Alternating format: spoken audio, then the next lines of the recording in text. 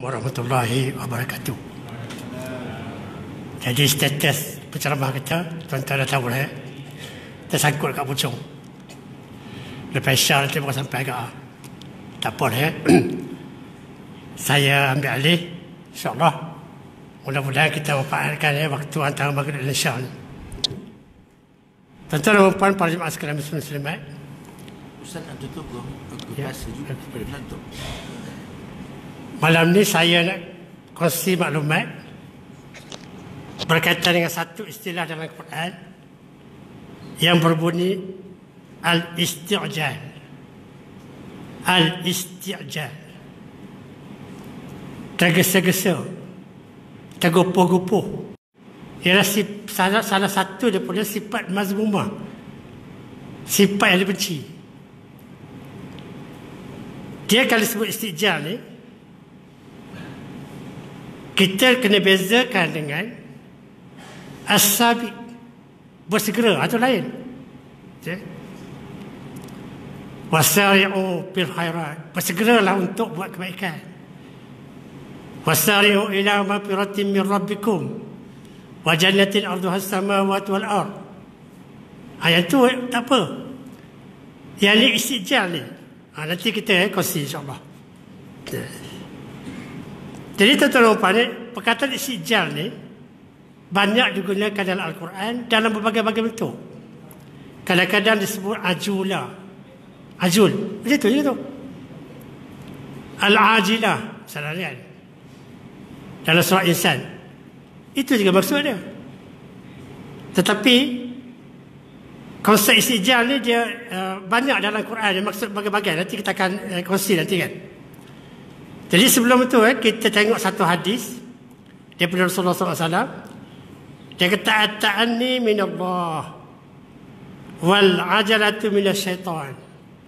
Sikap pelan-pelan tergesa-gesa itu, tergopoh-gopoh adalah daripada Allah SWT.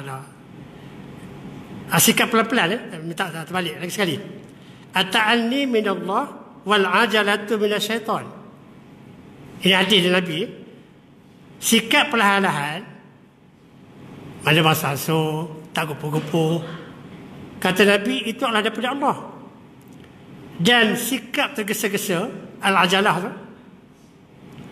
adalah daripada syaitan. Jadi daripada hadis ni kita tahu kan, mana buruknya sikap ini. Okay.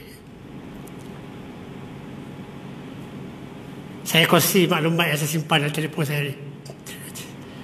Takut standby macam ni kan. Tak ada penceramah. Mana memang dia panggil saya tu kan. Tuan-tuan dan puan, maksud istijal dari segi bahasa adalah keinginan menyelesaikan segera satu kehendak. Menyelesaikan segera satu kehendak. Atau dari segi bahasa istijal. Ada juga yang bermaksud sikap tergesa-gesa. Atau dari segi makna tu.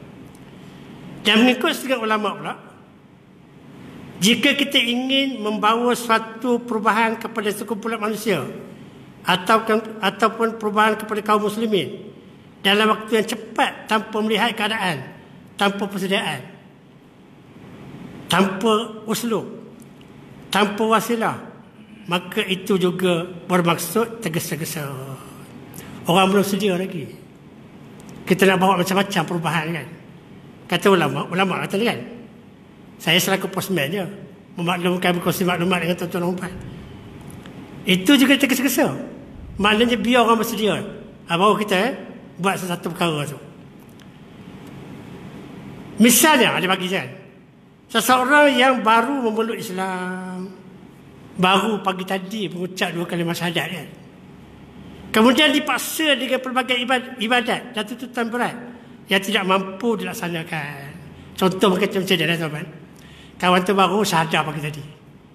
Malam tu kata, mari kita kira mulai. Besok hari Senin kan, kita puasa. Nampak tuan-tuan? Nantilah dulu dia faham. Ataupun yang lebih melampau lagi, kawan baru je mengucap syahadah kan. Okey, besok kita pergi hospital sana. Apa pasal? Apa sama? Potong. Semua kawan tu berkatan tuan-tuan. Ini contoh ulama tentang sikap orang tak faham. Ini dia maknanya kawan tu belum sedia lagi. Maknanya nak bagi dia, nak ajak dia ke qiyamul lail, nanti dia faham-faham semua tentang agama. Ataupun nak ajak dia mengerjakan amal-amal sunat, seperti puasa sunat dan sebagainya kan.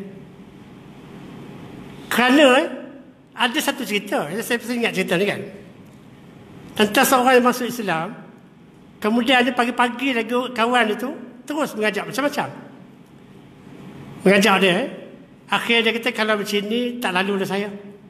Murtad terus. 2-3 hari je sempat. Sebab kawan dia ni terus nak mengajak benda-benda yang kadang-kadang dia tak mampu lagi. Sebab dia tak faham semua kan benda tu. Ini contoh istijal.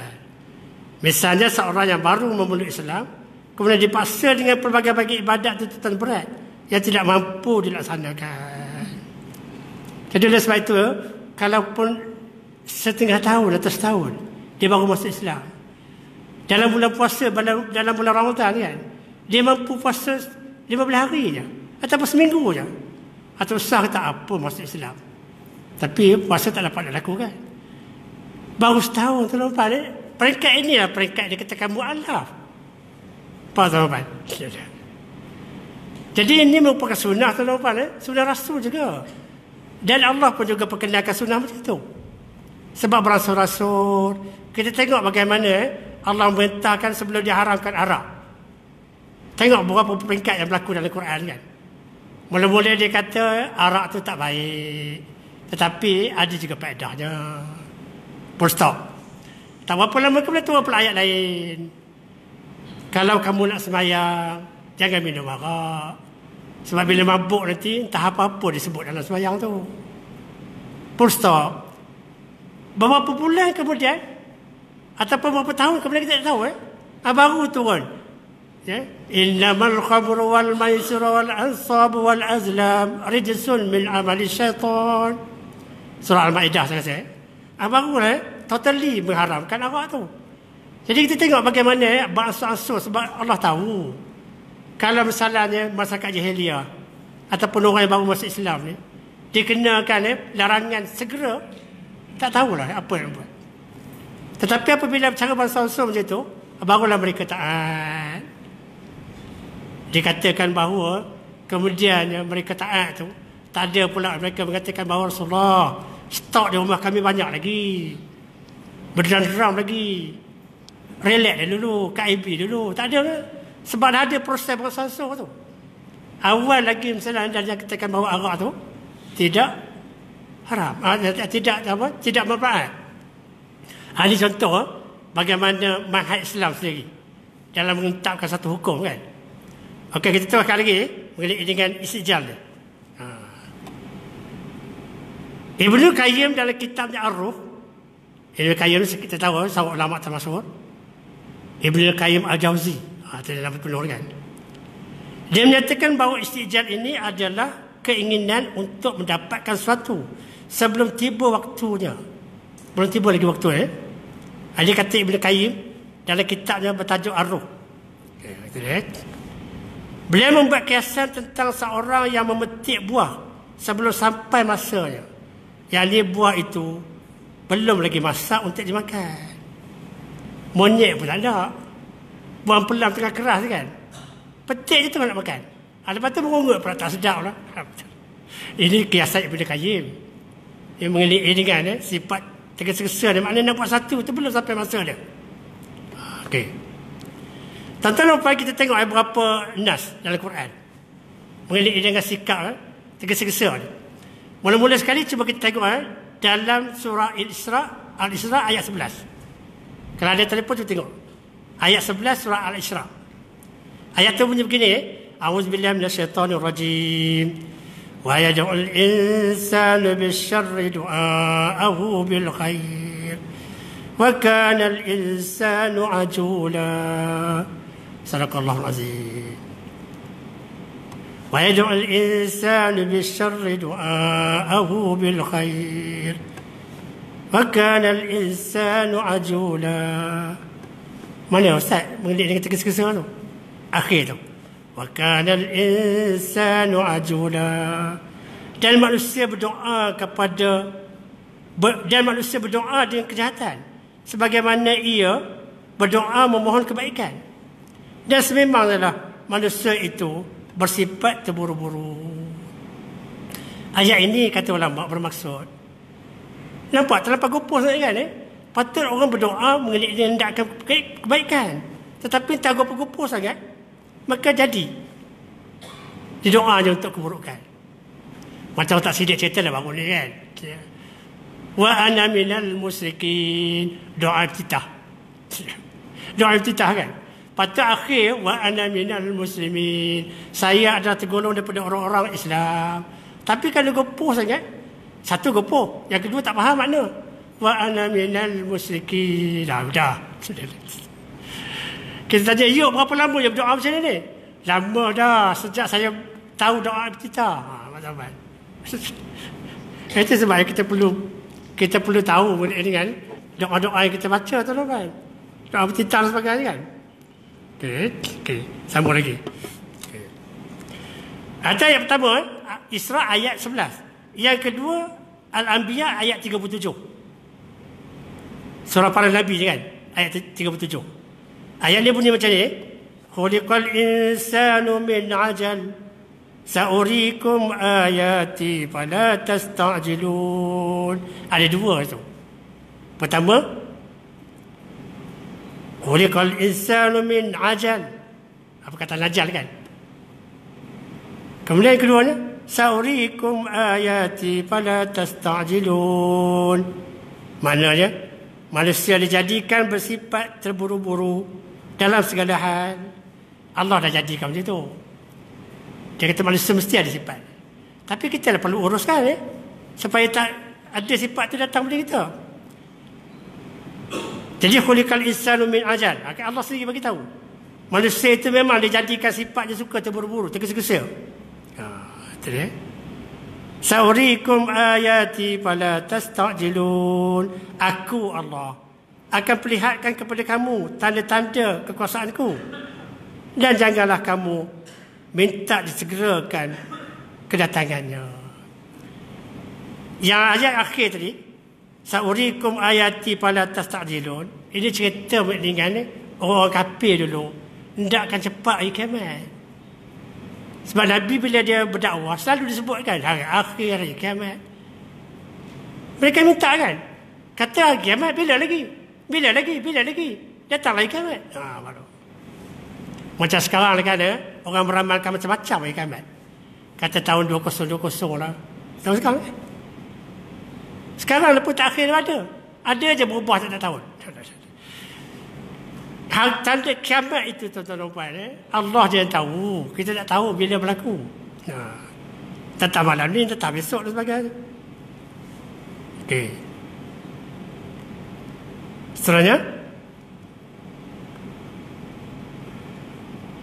larangan bersikap tergesa-gesa.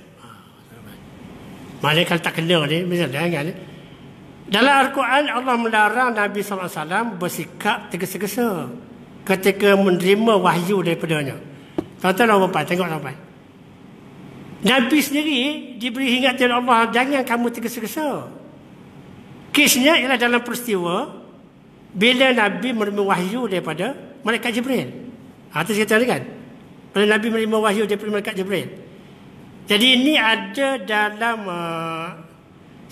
kita boleh rujuk surah Al-Qiyamah ayat 16 sampai 19 serta surah Taha ayat 114.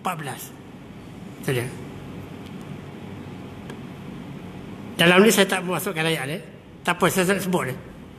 Sebab mungkin panjang sikit cerita kan. Ayat pertama sekali surah Qiyamah ayat 16 sampai 19. 16, 17, 18, 19. 4 ayat tu. Kemudian surah Taha ayat 114. Di sini ada bagaimana Allah sendiri menyebut atau memberi ingatan kepada Nabi, jangan tergopoh-gopoh. Ini menunjukkan bahawa wahyu ni benar daripada Allah SWT, bukan Nabi mereka. Tengah hari tadi atau pagi tadi saya terima satu WhatsApp daripada sahabat kita. Dia kata tengok benarnya Nabi SAW. Dia ceritakan apa yang tegur oleh Allah SWT. Kalau sekiranya ayat tu ataupun Quran direka oleh Nabi sendiri, malu dia bila Allah tegur, maka tak diceritakan. Ya? Dalam surah Abasa wa tawalla kan, Allah tegur, mengapa kamu tak ambil peduli tentang orang buta ni? Duk layan orang apa ni, pembesar Quran ni buat apa? Dia bukan minat sangat. Yang minat orang buta ni Abdullah bin Maktum. Lepas ni dan ini juga di mana diceritakan di sini, Nabi tergesa-gesa untuk membaca ayat yang diajarkan oleh Jibril. Sebab bila wahyu turun, Nabi takut terlupa. Jadi mana kadang-kadang Jibril belum lagi habis ayat tersebut, Nabi dah mula nak baca. Maka Allah kata jangan tergesa-gesa. Jangan tergesa-gesa. Dan kita tengok ayat nanti insya-Allah. Nabi khawatir dia terlupa untuk mengerti ayat yang diturunkan. Maka ketika Jibril belum lagi selesai menghabiskan ayat itu, Nabi menggerakkan lidahnya untuk menghafal. Dan Allah menegur perkara. Dan dia mana sifat tergesa-gesa ni, Allah pun tegur. Okey. Ini dia ayat tu pada. Ini dia ayat ni. Surah Qiyamah ayat 16. A'udzubillahi minasyaitonir rajim. Kecil saja dalam telefon. La tuharrik bihi lisanaka lita'jala bih. Ada dia kan. Inna alaina jam'ahu wa qur'ana. Fa iza qara'nahu fattabi' qur'ana. Thumma inna alaina bayana. Itu dia. Itu ayat mula-mula tadi kan. La tuharrik bihi lisanaka lita'jala bih. Itu dia teguran. Jangan kamu gerak-gerakkan lidah kamu. Ya. Tergesa-gesa untuk mengingati ayat ni. Nanti Haji Jibril habiskan dulu. Haji ulama ambil satu contoh. Nabi sendiri pun kena tegur bila sikap tergesa-gesa macam ni. Ini baru mukadimah tuan-tuan. Sebab ada semangat yang lebih jauh lagi kita akan tengok nanti. Ada pengajaran pada kita. Tadabbur pada kita nanti insya-Allah. Sebab sikap tergesa-gesa ni banyak sungguh orang kita buat. Zaman sekarang ni kan. Terutama sekali zaman media sosial ni. Cepat sungguh. Situ sebenarnya saya nak pergi. Ini semua dah tahu kan. Kemudian satu lagi terupan dalam surah Taha ayat 114 Fata'alallahul malikul haqq wa la ta'jal bil qur'ani min qabli an yuqta zalika wahyu ilaika wahyu wa qur rabbi zidni ilma. Dan janganlah engkau wahai Muhammad tergesa-gesa membaca Quran sebelum selesai dibaca oleh Jibril kepadamu. Ini sejarah mengenai dengan turun ayat Quran. Macam peristiwa yang berlaku pada Nabi. Mula-mula ayat Quran turun, Nabi takut. Dia gua Hira kan. Kemudian selepas itu, bila Quran tu Allah perintahkan sampai pada orang lain, dia buat pula tergesa-gesa. Sebab dia jujur sungguh Nabi kita tu. Dia takut lupa kan. Jadi kita tengok dalam surah Taha 114, dalam surah Qiyamah ayat 16 tadi. Bagaimana Allah SWT tegur sikap tergesa-gesa. Dah dapat sikit kita gambaran dengan itu. Okey. Kita tengok satu hadis lain berubah pada hadis pula. Mengenai dengan sikap tergesa-gesa ni ataupun istijal ataupun azulah kan. Jadi hadis Nabi mengatakan, hadis ni hadis riwayat Tirmizi, al-anatu minallah wal ajalatu minasyaitan. Macam tadilah. Tadi at-ta'ani kan. Ya, itulah. Kesabaran itu daripada Allah, sementara tergesa itu ialah daripada syaitan.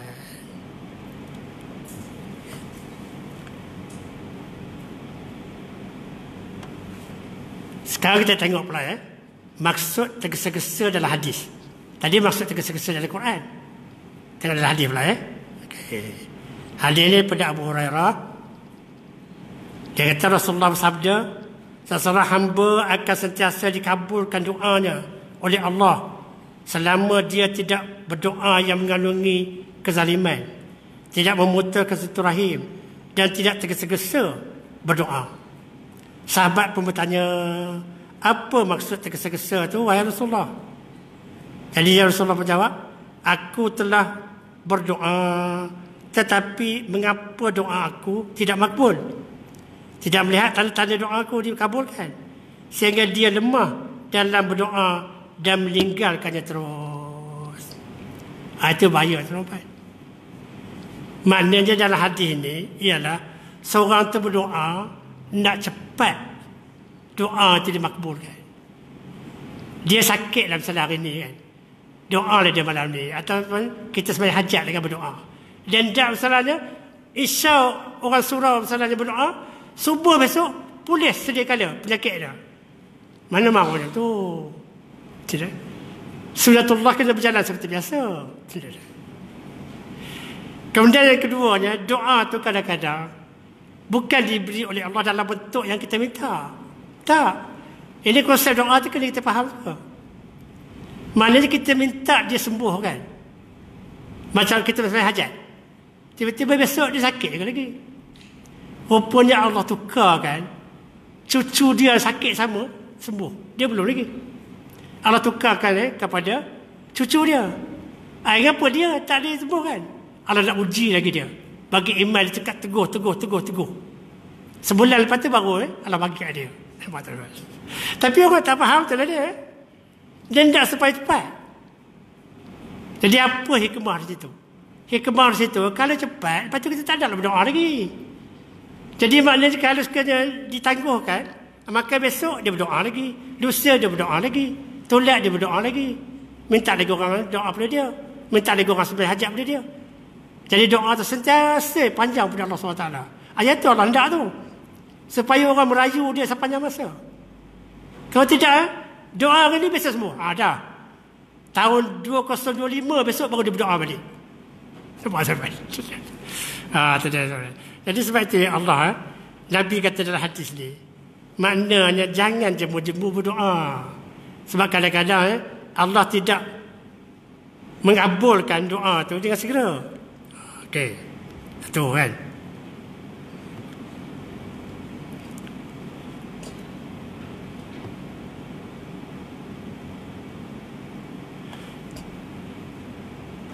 Ada satu lagi hadis daripada Abu Hurairah juga. Hadis ini riwayat Bukhari. Rasulullah bersabda, apabila kamu mendengar iqamah. Ini berkaitan dengan pekos sembahyang. Apabila kamu mendengar iqamah. Iqamah ni. Allahu Akbar, Allahu Akbar. Asyhadu an la ilaha illallah. Asyhadu anna Muhammadar Rasulullah. Hayya 'alas salati, hayya 'alal falah. Kita dekat kedai lindar. Apa kata Rasulullah? Rasulullah tak sebut lah kedai lindar kan. Apabila kamu mendengar iqamah, maka pergilah solat berjemaah. Hendaklah kamu bersikap tenang dan tenteram, dan jangan tergesa-gesa. Apa yang kamu dapati, solatlah kamu bersama-sama mereka. Dan apa terlewat, ketinggalan, maka sempurnakanlah. Sebab kamu jadi imam masbuk. Maknanya jangan misalnya, dia dengar aja misalnya, Dr. Ali ketika iqamat, berlari dia daripada kedai tu. Tak tengok orang. Tiba-tiba tersanduk dekat tangga tu. Dekat tempat wuduk kan. Jadi maknanya, dia minta kita, walaupun orang iqamat kan, datang relax, tenang macam biasa. Lari buat apa, tercungak-cungak. Kata ulama, ada hikmahnya larangan macam ni. Bila kita tergesa-gesa, tercungak-cungak, nak mengejar imam kan, tergesa-gesa masuk rosak. Terbengah-bengah kan. Tak khusyuk lagi solatnya. Nampak tuan-tuan? Itu sebabnya dalam pekos sembahyang, kalau kita dah tertinggal, dia suruh kita relax je, relax satu. Tapi ada hukum ni kan, janganlah pula sebab tu kerana kita sentiasa lalai.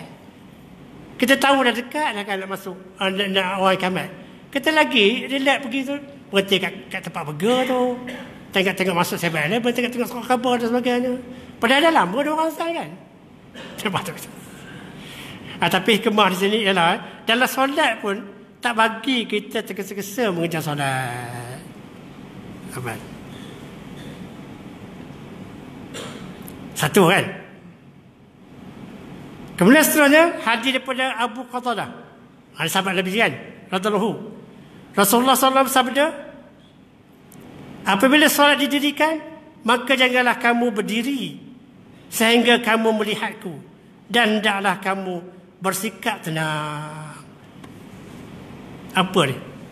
Hadis ni jarang ustaz-ustaz apa tu kan. Maknanya kalau kita tengok sendiri kan, tapi ini pun ada kontroversi ni kan. Khilaf ulama. Kita tengok imam dah bersedia dan sebagainya, baguslah kita relax dan sebagainya. Yang saya faham, kita tengok lagi sekali. Apabila solat didirikan, maka janganlah kamu berdiri sehingga kamu melihatku. Jadi maknanya Nabi jadi imam tu. Sebab mungkin ada teguran kepada para sahabat dulu. Nabi belum lagi keluar daripada bilik dia. Sebabnya rumah Nabi tu sebelah je dengan Masjid Nabawi sekarang tu lah. Kubur Nabi tu sendiri, makam Nabi tu sendiri, itu adalah bilik dia. Jadi maknanya dia tegur kepada sahabat. Dia belum keluar lagi, sahabat dah berdiri dan sebagainya. Jadi nanti tengok aku dulu keluar. Lepas tu barulah tu. Maknanya Nabi tidak supaya jemaah tenang. Okey, itu satu. Saya ambil hadis ni kan. Hadis ni boleh ditakwil macam-macam ni kan. Okey. Nanti kita pergi yang lain pula kan. Okey. Yang kedua, hadis juga ni. Jangan tergesa-gesa makan. Besok orang puasa sunat Isnin. Kami puasa sunat Khamis. Nak mengejar imam, maka tergesa-gesa dia nak makan. Bila tergesa-gesa makan dari segi kesihatan tuan-tuan, akan menjejak kesihatan kita. Makanan tak hancur kita dah telan kan. Jadi apa kata hadis ni kan? Kita tengok hadis ni kan. Hadis ni diriwayatkan oleh Anas bin Malik. Dia mengatakan bahawa Rasulullah SAW bersabda, apabila telah dihidangkan makan malam, maka makanlah sebelum kamu solat maghrib. Janganlah kamu tergesa-gesa terhadap makan malammu. Hadis riwayat Bukhari. Jadi makna hadis ini mengajar kepada kita, kalau kita makan terus. Kalau nak makan kan, kita lapar sangat. Itu sebab saya pun dah sadarkan dulu kan. Kita dah biasa puasa, kita boleh tahan kan. Mana makan rangan-rangan dulu. Sebab kalau kita makan berat sangat, kemudian datang sini, perut belum lagi sempurna. Ini menyebabkan aku tak rosok, rasa bengah dan sebagainya. Sudah dah. Tetapi ada orang marah pada saya kan waktu saya tu. Waktu saya sebut benda tu kan. Saya tak payahlah jangan orang tua ni. Orang tua ni pun pandai. Alhamdulillah kalau pandai kan. Tapi saya tengok ada juga orang yang kadang-kadang tergesa-gesa. Dalam keadaan tak selesa kan. Okey. Itu mengenai dengan makan. Tegah pula makan. Itu semua ada hadis tu.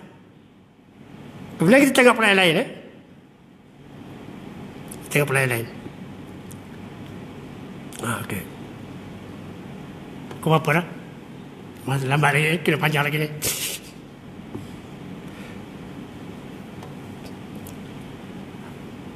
Ustaz Dr. Fazli ni tak tahu tak sampai kan ya? Kita sampai. Tuan-tuan umpan setelah kita tengok dalil daripada Quran, dalil daripada hadis, sekarang kita tengok realiti semasa. Istijal dalam media sosial. Itu yang saya dah. Sebab kadang-kadang gopoh sangat kita. Kan saya pernah cerita dulu kan, bukan di surau lain lah, bukan surau ni. Bukan surau ni. Satu masa dulu Jaiz dengan MBSA pergi ke satu restoran Seksyen 7. Restoran itu nama Restoran Hakim. Hakim. Jadi kemudian keluar dalam media sosial ni mengatakan kita jangan lagi pergi Restoran Hakim. Ini bukan restoran Islam. Orang Jaiz dan juga MBSA pergi menyerbu kedai itu kerana bukan restoran Islam, menipu sebagai restoran Islam dalamnya. Jadi maknanya dia punya WhatsApp tu dibaca oleh ramai orang. Dalam Facebook pun dia masuk juga. Kalau WhatsApp mungkin dalam kumpulan grup tu je. Kalau dalam Facebook tu nampak, kalau siapa yang di world dia tu semua orang tahu. Agaknya kalau Presiden Trump di USA baca pun dia tahu cerita tu. Jadi rupa-rupanya kemudiannya barulah dia beri pencerahan. Jaiz pergi ke restoran itu kerana dapat aduan bahawa ayat-ayat Quran yang diperimkan di kedai itu tak menepati hukum tajwid, kalimah yang betul dan sebagainya. Maklumlah entah daripada mana dia beli orang ada. Dia boleh tanya dan sebagainya. Tak kena macam-macam ayat Quran sebenarnya kan. Jadi dia minta supaya ayat itu diturunkan. Di antara yang pergi situ ialah Ustaz Osman Hamzah jadi penceramah katakan. Duduk di Bukit Bandaraya tu. Pergi situ yang menurunkan ayat tu. MBSA sebab dia berkuasa dia kan. Restoran. Jadi kemudian beberapa hari lepas tu baru dia beri pencerahan. Itu sebenarnya. Bukan restoran tu restoran bukan Islam. Kata dia tokeh restoran tu, saya lupa apa nama tak. Mamak dia kan. Dia kata dengan apa ni viralnya cerita restoran ni, dah orang tak boleh datang pada situ. Orang tak nak datang ke situ. Mungkin kalau kita rajin search dalam pakcik Google ni, ada lagi cerita tu. Cerita petendah tak ada Dr. Hakim saya setuju. Saya dah makan 2 kali tu. Orang kita tuan-tuan, orang Islam, bukan cerita. Dan saya dimaklumkan tokeh tu nak ambil tindakan. Repot pada boleh, dia repot pada boleh lah. Untuk mengambil tindakan pada orang mula-mula menyebarkan. Mengatakan restoran itu bukan restoran Islam. Tapi mana sebelum pencerahan tu dibuat tuan-tuan, dah berapa ramai orang tak pergi situ dah. Orang sebar ke sana sini. Tuan-tuan ingat perbuatan tu apa ni halal ke? Haram tuan-tuan. Sikap tergesa-gesa ni. Patut tanya dulu kan. Tanya pada Jais apa halnya. Dia pergi ramai-ramai ni dengan MBSA sekali. Kalau dia rajin kan bersikap tabayun kata orang. Tabayun kan. Tetapi tak. Jadi itu tuan-tuan kadang-kadang media sosial kita ni bukan saja memberikan pahala kepada kita. Kadang-kadang mendatangkan dosa kepada kita. Itu satu contoh. Sekarang ni bila masuk lagi banyak betul. Cerita politik tak berhenti. Selepas je pilihan raya tak berhenti. Sampai pilihan raya akan datang nanti. Petendang orang ni. Bukan betul cerita tu. Tuan-tuan dan puan dulu tangan kita. Betul tak? Dulu mulut kita memainkan peranan. Sekarang peranan mulut itu ditukar pada tangan. Membuat petendang dalam media sosial seperti Facebook, WhatsApp dan sebagainya. WhatsApp paling cepat.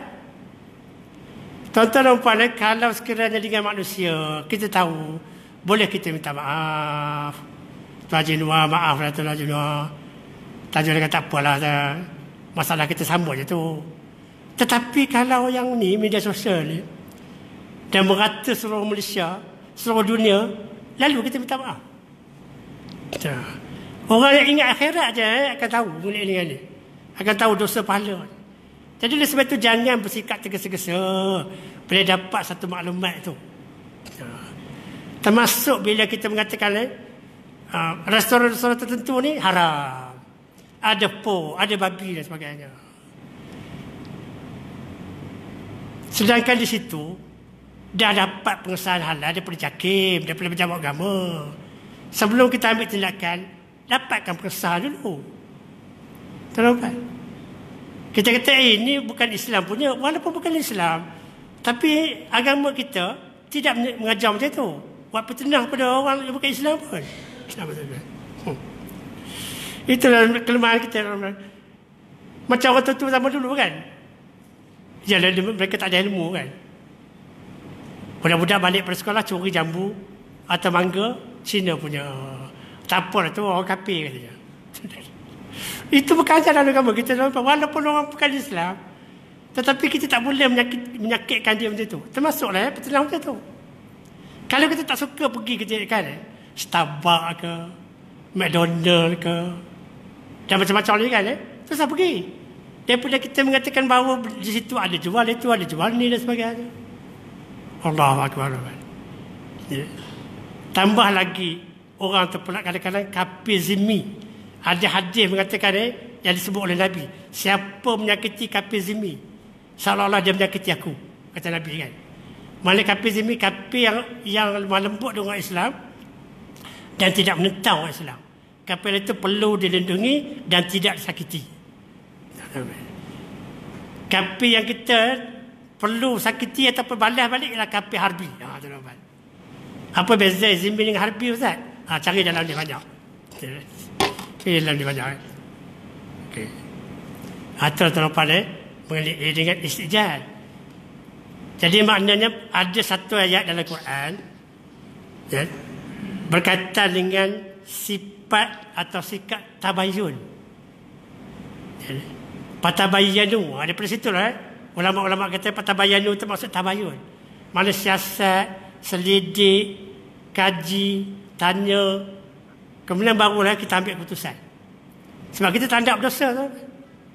Mudah-mudahan kita meninggal dunia nanti semuanya bersih daripada dosa. Itu sebab tuan apabila kita hidup ni, jangan kita timbul masalah dengan siapa-siapa pun. Siapa-siapa pun.